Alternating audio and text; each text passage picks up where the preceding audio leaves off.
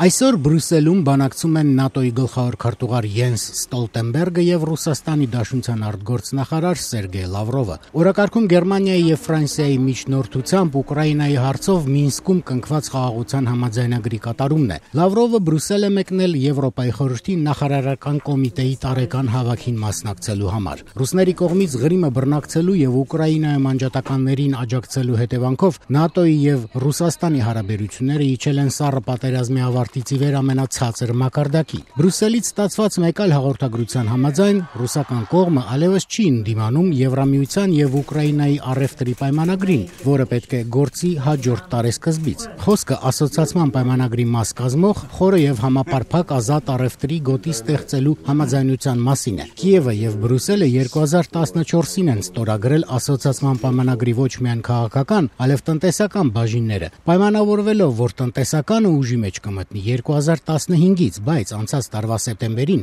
Եվրամիության առաջարկով ազատ առևտրի համաձայնության կիրառումը հետաձգվել է մինչև 2016-ի հունվարի 1-ը։ Բրյուսելը այդպես նկատել էր տալիս, որ ցանկանում է հաշվի առնել ռուսական կողմի մտահոգությունները, ակնկալելով, որ դրա դիմաց Մոսկվան Ուկրաինայի նկատմամբ տնտեսական պատժամիջոցներ չի սահմանի եւ կնպաստի Ուկրաինայի արևելքում խաղաղության ջանքերին։ Ռուսները հորդորում էին եվրոպացիներին 2016-ի հունվարի 1-ից հետո էլ չկիրառել Ուկրաինայի հետ ազատ առևտրի համաձայնությունը, սակայն հասկացան, որ դա այլևս հնարավոր չէ։ Ռուսաստանի տնտեսական զարգացման նախարար Ալեքսեյ Ուլուկաևը Բրյուսելում Եվրամիության եւ Ուկրաինայի պաշտոնյաների հետ բանակցելուց հետո ասել է, որ ռուսական կողմը դեմ չէ, որ 2016-ի հունվարի 1-ից ուժի մեջ մտնի Եվրամիության եւ Ուկրաինայի ազատ առևտրի ռեժիմը։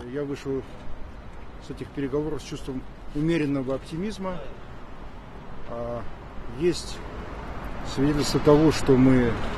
слышим друг друга. Ես չափավոր լավատեսությամբ եմ հեռանում այս բանակցությունից։ Մենք լսում ենք իրար ԱՊՀ շրջանակներում Ռուսաստանի եւ Ուկրաինայի միջև ստորագրված եւ դեռ ուժի մեջ գտնվող պայմանագրերի ապագայի ռուսական բիզնեսի վերաբերյալ մեր մտահոգությունները ընդունվում են։ Մենք մեր գործընկերների հետ փորձում ենք գտնել այդ հարցերի պատասխանները, ասել է Ուլուկաևը։ Ուկրաինայի արտգործնախարար Պավլո Կլիմկինի փոխանցմամբ Բրյուսելում եռակողմ քննարկումների կարևոր արդյունքներից մեկն այն է, որ Եվրամիության եւ Ուկրաինայի միջև ազատ առևտրի ռեժիմը չի հետաձգվի եւ կսկսի գործել 2016 թվականի հունվարի 1-ից։ Ռուսական եւ ուկրաինական կողմերի փորձագետները մինչև այս տարվա հուլիս աշխատելու են առավել վիճահարույց հարցերի վրա։ Հիշեցնենք, որ 2013 թվականի աշնանը ասոցիացման պայմանագրից հրաժարվելու նախագահ Վիկտոր Յանուկովիչի որոշումն էր հանգեցրել Մայդանի ցույցերին, բախումներին, իշխանափոխությանը։ Նոր իշխանությունը հայտարարել է, որ հստակ ընտրում է եվրոպական ինտեգրման